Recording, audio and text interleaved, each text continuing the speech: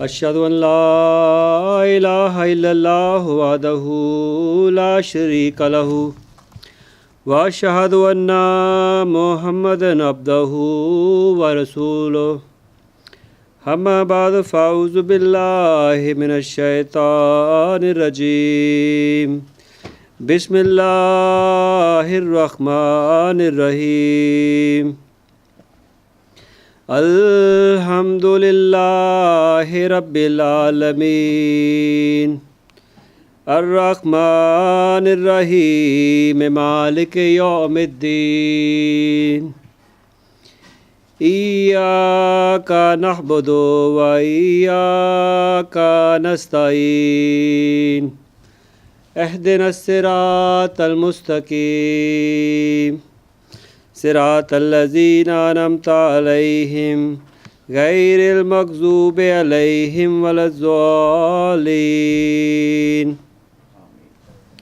قل آمنا باللہ وملائکتہ وکتبہ ورسلہ لا نفرق بین احد من رسلہ۔ یہ سب اللہ تعالیٰ پر اور اس کے فرشتوں پر اور ان کی کتابوں پر اور ان کے رسولوں پر ایمان رکھتے ہیں اور اس کے رسولوں میں سے کسی میں فرق نہیں کرتے۔ صدر محترم اور میرے پیارے بہنوں اور بھائیوں، السلام علیکم ورحمۃ اللہ وبرکاتہ۔ مجھے آج جس موضوع پر لب کشائی کرنے کا موقع ملا ہے وہ ہے ہمارے عقائد۔ ہمارے مذہب کا خلاصہ ہے لا الہ الا اللہ محمد الرسول اللہ۔ اللہ ایک ہے، کوئی شخص اس کی ذات یا صفات یا اس کے اسماء یا اس کی عبادت میں نہ شریک ہے نہ شریک ہو سکتا ہے۔ ہمارا خدا وہ خدا ہے جو اب بھی زندہ ہے جیسا کہ پہلے زندہ تھا، اب بھی بولتا ہے جیسا کہ وہ پہلے بولتا تھا، اب بھی سنتا ہے جیسا کہ وہ پہلے سنتا تھا۔ یہ خیال خام ہے کہ اس زمانے میں وہ سنتا تو ہے مگر بولتا نہیں، بلکہ وہ سنتا ہے اور بولتا بھی ہے۔ اس کی تمام صفات ازلی اور ابدی ہیں، کوئی بھی صفات معطل نہیں اور نہ کبھی ہوں گی۔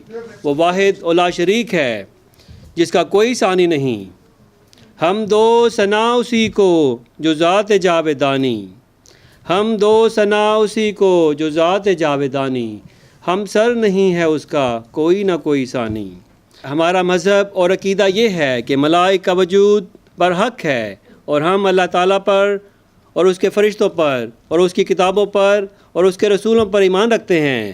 ہمارا ایمان ہے کہ قرآن کریم کا ہمارا ایمان ہے کہ قرآن کریم کا بیان کردہ مسئلہ تقدیر حق ہے، اور یہ بھی کہ اللہ تعالیٰ دعاؤں کو سنتا اور قبول فرماتا ہے اور دعاؤں سے عظیم الشان کام حاصل ہو سکتے ہیں۔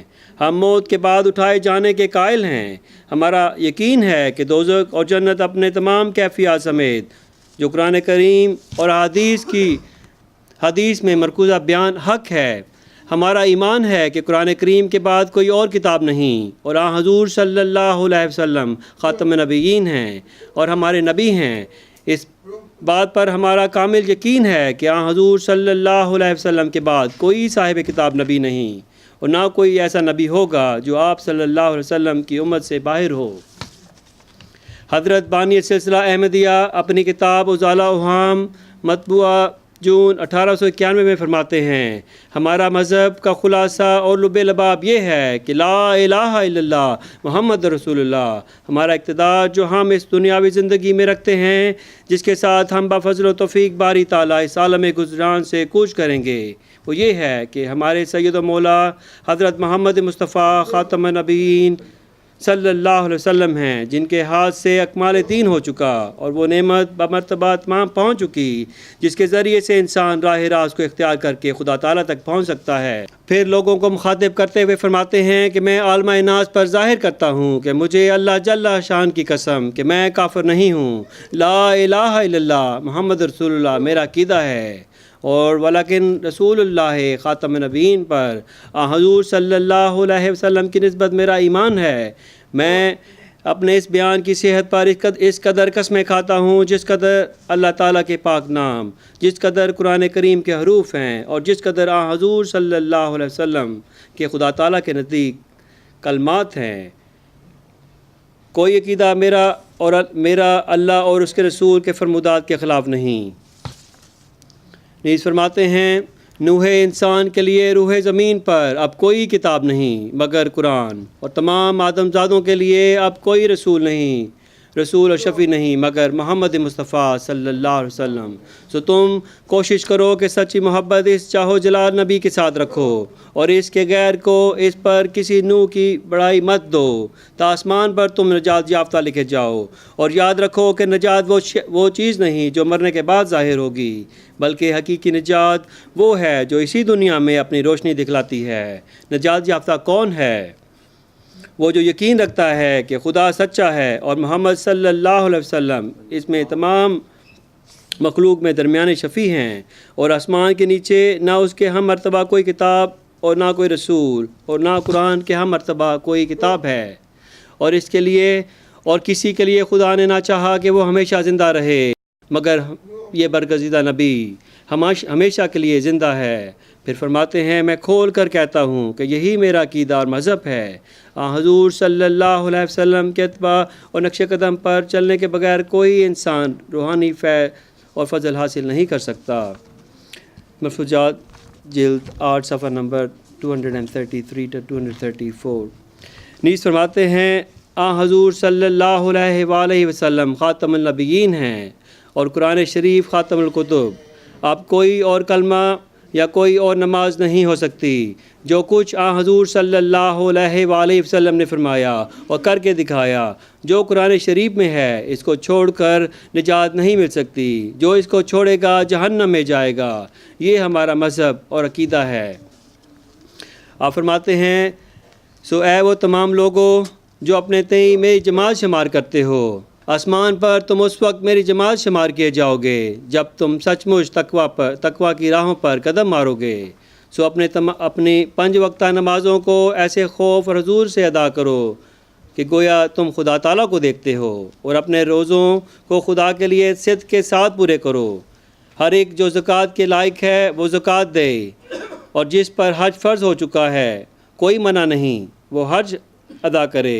نیکی کو سوار کر ادا کرو اور بدی کو بیدار ہو کر ترک کر دو۔ یقیناً یاد رکھو کوئی عمل خدا تک نہیں پہنچ سکتا جو تقویٰ سے خالی ہے۔ ہر ایک نیکی کی جڑ تقویٰ ہے۔ کشتی 9 صفحہ نمبر 10۔ نیز فرماتے ہیں، ہم اپنی جماعت کو نصیحت کرتے ہیں کہ وہ سچے دل سے اس کلمہ طیبہ پر ایمان لائیں کہ لا الہ الا اللہ محمد رسول اللہ، اور اسی پر مریں، اور تمام انبیاء اور تمام کتابیں جن کی سچائی قرآن شریف سے ثابت ہے ان سب پر ایمان لاویں، اور صوم اور صلات، زکوٰۃ اور حج، اور خدا تعالیٰ اور اس کے رسول کے مقرر کردہ تمام فرائض کو فرائض سمجھ کر اور تمام منہیات کو منہیات سمجھ کر ٹھیک ٹھیک اسلام پر کاربند ہوں۔ غرض وہ تمام امور جن پر سلف صالح کو اعتقادی اور عملی طور پر اجماع تھا، اور وہ امور جو اہل سنت کی اجماعی رائے سے اسلام کہلاتے ہیں، ان سب کو ماننا فرض ہے۔ ہم آسمان اور زمین کو اس بات پر گواہ ٹھہراتے ہیں کہ یہی ہمارا مذہب ہے۔ حضرت مسیح موعود علیہ السلام فرماتے ہیں، اے مسلمانوں ہوشیار ہو جاؤ، ایسا خیال سراسر جہالت اور نادانی ہے۔ اگر اسلام ایسا ہی مردہ مذہب ہے تو تم کس قوم کو اس کی طرف دعوت دے سکتے ہو؟ کیا اس مذہب کی لاش جاپان لے جاؤ گے یا یورپ کے سامنے پیش کرو گے؟ اور کون ایسا بے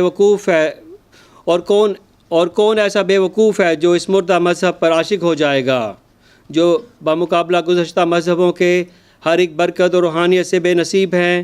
گزشتہ مذہبوں میں عورتوں کو بھی الہام ہوا جیسا کہ موسیٰ کی ماں اور مریم کو، مگر تم مرد ہو کر ان عورتوں کے برابر بھی نہیں۔ اے نادانوں اور آنکھوں کے اندھو، ہمارے نبی صلی اللہ علیہ وسلم اور ہمارے سید و مولا اس پر ہزار سلام اپنے افاضہ کی روح سے تمام انبیاء سے سبقت لے گئے ہیں۔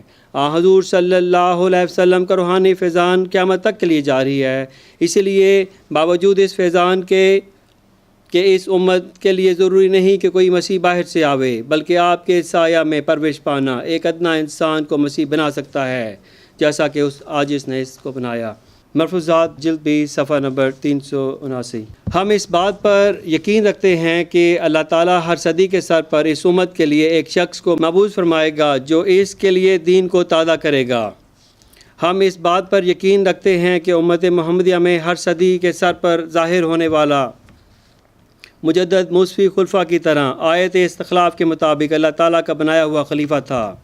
اسی طرح ہم 14ویں صدی ہجری کے سر پر ظاہر ہونے والا مجدد حضرت مرزا غلام احمد قادیانی علیہ السلام کو امتی نبی، مہدی موعود، مسیح موعود، خاتم الخلفاء اور مجدد الفاخر پر ایمان رکھتے ہیں۔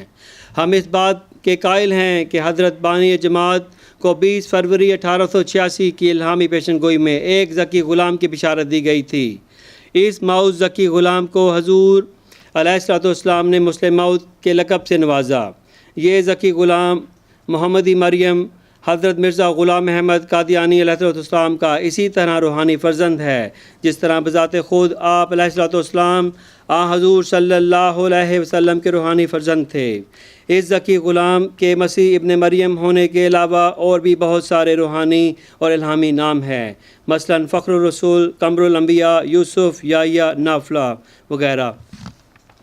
ہمارا ایمان ہے کہ اللہ تعالیٰ نے حضرت عبدالغفار جنبہ علیہ السلام کو اپنی رحمت اور قرب کا نشان بناتے ہوئے آپ کو ذکی غلام مسیح الزماں ہونے کا اعزاز بخشا۔ یہ وہی نشان رحمت ہے جس کے لیے حضرت مسیح موعود علیہ السلام نے 1886 میں قادیان سے ہوشیار پور کا سفر اختیار کیا۔ وہاں جا کر ایک مکان میں مسلسل 40 دن شبانہ روز تنہائی و خلوت میں پرزور دعاؤں میں گزارے اور اللہ تعالیٰ سے یہ التجا کی کہ اے میرے خدا میرے ہاتھ پر اسلام کی تائید میں کوئی ایسا نشان دکھا جسے دیکھنے کے بعد ہر شخص یہ تسلیم کرنے پر مجبور ہو کہ ایسا نشان انسانی تدبیروں اور کوششوں سے ظاہر نہیں ہو سکتا۔ پھر یہ نشان ایسا ہو جو رسول کریم صلی اللہ علیہ وسلم اور قرآن کریم کی حقانیت کو روشن کرنے والا ہو اور خدا کا جلال ظاہر کرنے والا ہو۔ چنانچہ اس چلہ کشی کے نتیجے میں خدا تعالیٰ نے ایک عظیم و نشان پیشن گوئی عطا فرمائی۔ ہمارا ایمان ہے کہ اللہ تعالیٰ نے اس پیشن گوئی کو حضرت عبدالغفار جنبہ صاحب علیہ السلام کے حق میں پورا کیا اور آپ کو اس کا مصداق بنایا، غلام مسیح الزماں ہونے کا اعزاز بخشا۔ الحمدللہ رب العالمین۔ قدرت سے اپنی ذات کا دیتا ہے حق ثبوت، قدرت سے اپنی ذات کا دیتا ہے حق ثبوت، اس بے نشان کی چہرہ نمائی یہی تو ہے، جس بات کو کہے کہ کروں گا میں ضرور، جس بات کو کہے کہ کروں گا میں یہ ضرور، ٹلتی نہیں وہ بات خدا ہی یہی تو ہے۔ جیسا کہ آپ کو علم ہے کہ جماعت احمدیہ میں خلیفہ ثانی صاحب نے مسلم موعود ہونے کا دعویٰ کیا ہوا ہے، حالانکہ امر واقعہ یہ ہے کہ ان کا مسلم موعود ہونا تو درکنار، وہ تو پیشن گوئی مسلم موعود کے دائرۂ بشارت میں نہیں آتے۔ یہ بھی نہیں بھولنا چاہیے کہ جماعت احمدیہ میں جس ذکی غلام کو حضور نے مسلم موعود کا خطاب دیا تھا وہی قمر الانبیاء اور نافلہ موعود ہے۔ ایسا ہرگز نہیں کہ یہ تینوں الگ الگ وجود ہیں، یہی مسلم موعود کے الہامی اور روحانی نام ہیں۔ میرے بہنوں اور بھائیوں، نظام جماعت جس کا 1944 سے قبل ارادہ کوئی اور تھا، وہ خلیفہ ثانی کے دعویٰ مسلم موعود کے بعد یکسر بدل گیا۔ اس کے مرکزی خیال میں خلیفہ ثانی کے دعویٰ نے فوقیت حاصل کر لی اور باقی سب کچھ اپنے موضوع کی مناسبت اور سیاست کی وجہ سے پس منظر میں چلا گیا۔ یہ بات تو سچ ہے مگر بات ہے رسوائی کی۔ آج اسی وجہ سے ہمارے ہاں اسلام بغیر روح کے ہے، عدم اور انصاف ہے، قول اور فعل میں تضاد ہے، اظہار رائے اور آزادی ضمیر پر پابندی ہے، گھٹن اور مافیا طرز کی افواہ ہے، عہدوں کا گورکھ دھندا ہے، جبر ہے، خفیہ نگرانی ہے، خوف و ہراس ہے اور حسیری ہی حسیری وغیرہ وغیرہ۔ گویا یہی وہ اموال ہیں جو موعود ذکی غلام مسلم موعود کی بعثت کی وجہ ہیں، جماعت احمدیہ اور جماعت احمدیہ اصلاح پسند کی بنیاد بنے ہیں۔ اے افراد جماعت، اب وقت ہے شرک سے اجتناب کا، اسلام کی حقیقی تعلیم کی طرف رجوع کرنے کا، اسلام کی روح کی طرف پلٹنے کا، جماعت احمدیہ کی بجالی کا، انسانیت کے عملی مظاہرے کا، حقیقت پسندی کی طرف واپسی کا، سچائی کے اظہار کا، غلطیوں کے برملا اختلاف کا، باہمی محبت، اخوت اور اتفاق کا، دل جوئی کا، نظام کی اصلاح کا۔ اللہ تعالیٰ سے دعا ہے کہ اللہ تعالیٰ ہمیں سب کو مل کر اسے سمجھنے کی توفیق عطا فرمائے۔ میرے پیارے بہنوں اور بھائیوں، اس پہ میں اپنی تقریر ختم کرتا ہوں۔ جزاکم اللہ۔